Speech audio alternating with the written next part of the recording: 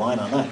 But if we circulate 10 million of these 1/10 ounce silver Keisers around the globe, people have them in their pocket, then you can imagine what might happen. But you didn't hear me say that. Yes, sir, all back in the barn.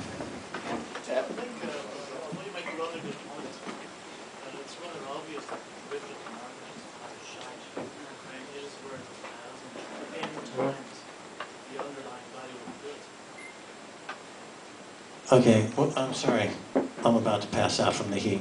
Did you say that the derivatives were...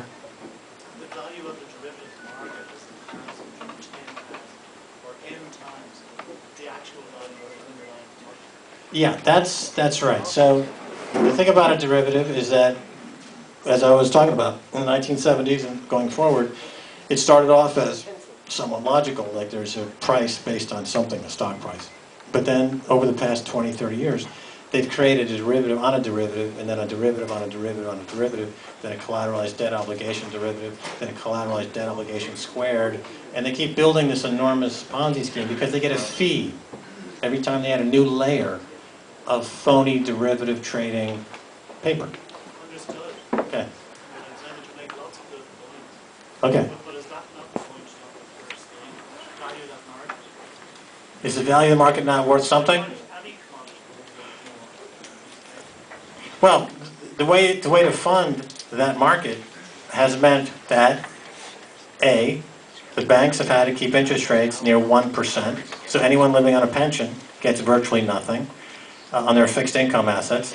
The old, the elderly, the pension funds, anyone with a savings account, real capital, is getting 1% or less on their savings. They're not getting 5 or 6% like they did a few years ago, as they should be getting in a functioning economy. So they're subsidizing this. How many people have yourselves or parents who suddenly see their fixed income investing go from, down 60, 70, 8% because of all the artificially low interest rates that have been going on? I'm sure a lot of people in this room share that experience. Number two, to keep rates artificially low at this artificial price, feeding the speculators, feeding the derivatives market, means that there is a secondary effect. The price of energy and food, now all-time high. Commodity prices, all-time high. Not only is your house in negative equity, but you're paying more for energy and food. You're getting screwed on both sides. Why? Because of derivatives and the artificially cheap rates of money. So there is no good to it. There's no function to it. It's a pure scam. It's a Bernie Madoffization of the economy. There's nothing good that comes out of it whatsoever. And I can go on, but that's my answer. How are we doing on this? What do you think of Ben projector? How's that? Okay, now we're getting power. Oh, I see my face on here. Yeah, this bit's fine. Projector they need power. Okay, we're getting close. Are we going to get it close? Are we getting there? You think? Okay. Okay, that's cool. I'll do some more here. Out in the front, I want to look somebody civil, somebody reasonable. I guess I've got the wrong place. I hope they don't turn on me. There's only one of me. Where's Stacy? No. Max, would you encourage people to take money out of banks too? No. Did I call on you, sir? Hey, tough shit. I'll tell you what. I will call on you next, but just to be reasonable, I'm still looking. How about in the hat behind the red shirt man there? Sorry, Max, I love your show. Are you very rich? I'm very rich in experience. Well, I've been involved. I've been involved in Wall Street for finance for 25 years. So, I don't know. It depends. It's relative to what? I feel like the point.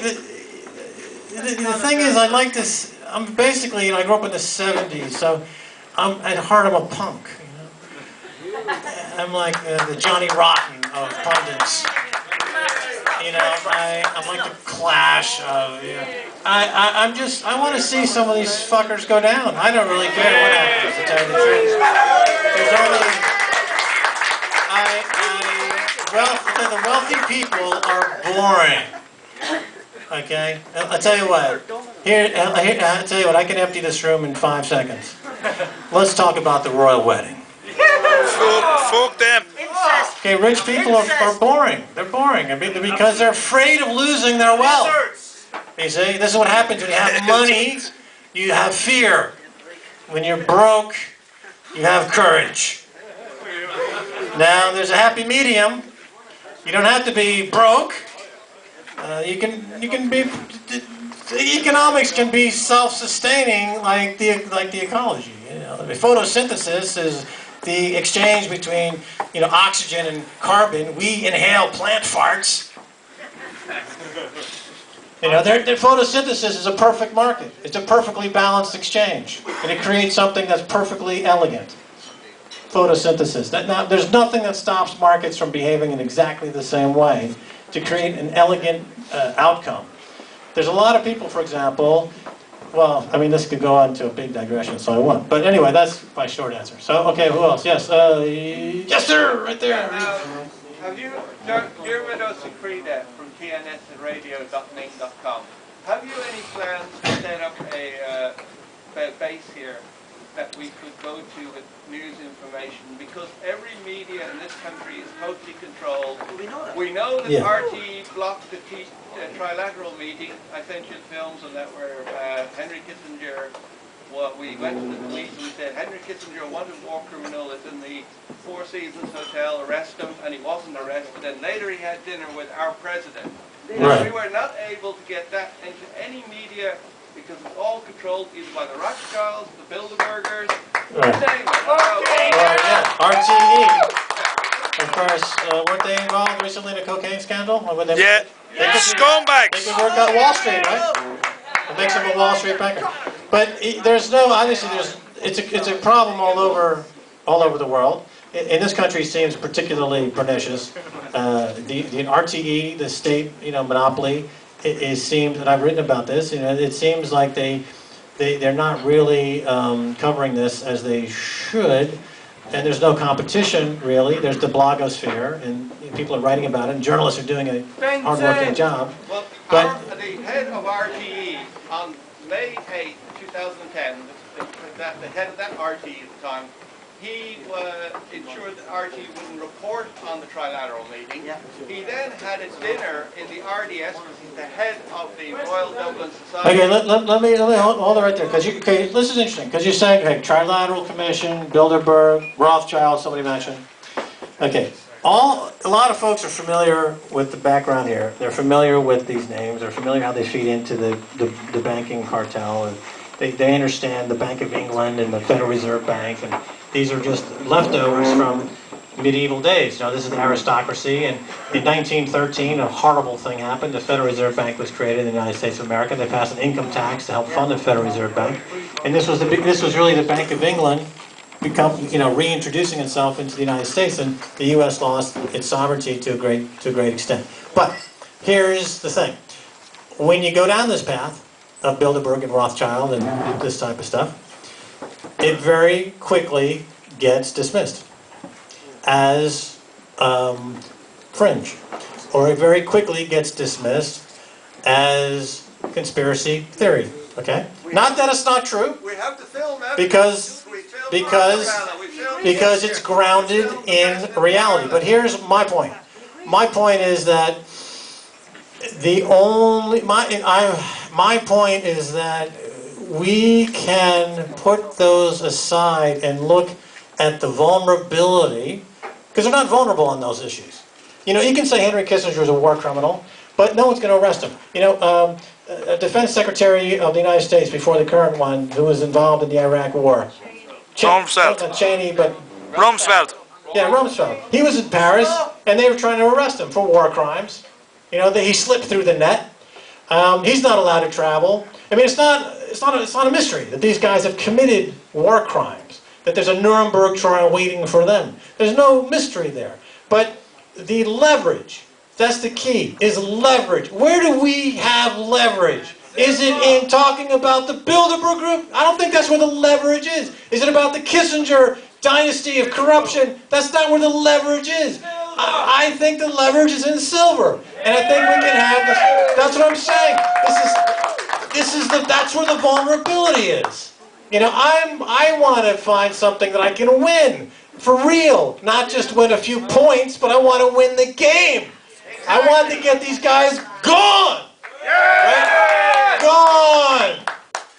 How we doing, Sweet Pea? Oh, how's it in the back? Are you in the back? Is anyone manning the film? Everyone went home. I'm here alone. They're all gone? Nobody's there? Okay, this woman's on the case. Luke gobbles for you. No more Luke. I'm over Luke. I'm tired. No more Luke. We'll get back to you, Luke. Oh, I know I promised you to get to this gentleman. I said I would get back to you, sir. So I am. Here I am. Ask your question, please. Yeah, well, I just want to ask, would you encourage people to take money out of bank accounts? Do you see a complete and utter banking collapse coming where... Okay, excellent question. Thank you. This has been a campaign in the States. Move your money on the Huffington Post. It's also a famous footballer here in Europe. Eric Cantona. Cantona said, take your money out of the banks. Here's the problem. Well, you take your money out of the banks, and what do you do with it? You're going to put it into another bank. Or you hold it for a few months and you put it back on the bank. It's the sound of one hand clapping. It's a program that doesn't have a finale. It's not fully realized. If you took your money out of the bank and bought silver, now you're doing something. You're converting worthless fiat currency into something that has wealth, that has value, and is identified as the vulnerability for these corrupt bankers, principally Blythe Masters. Woo! Yeah, baby! Blythe Masters and J.P. Morgan. So it makes logical sense. I mean, we're educated people. You're educated people. You know, people are sitting around here. Why is this headline? 1 in 6 people are unemployed in this country. What the fuck is that all about? Because all the jobs are destroyed by a bunch of corrupt kleptocrats. It's not because you're not educated. It's because your jobs have been stolen by a bunch of thieves. Now, how do we take these fuckers down? I'm trying to get... There's a vulnerability, there's a soft spot, there's an underbelly, and I'm repeating myself, and so... All right, let me just check in with the main folks, because I'm going to go on this thing later. Let me just check the time. I have no idea how much time. I started at 7:30, 8:30. Holy shit. So, what? Okay, so I'm going to have to wrap this up soon, because I have to do this other thing. And first of all, give yourself a round of applause. I thank you so much for coming out tonight. And like I said, Ireland is the #1 country for MaxKeiser.com. We get in the rating in Ireland is #1, and had fantastic support from here, everybody here, and I'm a big fan. I love Ireland, and I have actually some family connection here. But it's kind of a sad story. Okay, let me ask the people. The movie can be shown downstairs in 10 minutes. Did people like that idea? Yeah. Okay, in that case, I'm really going to try to wrap this up. And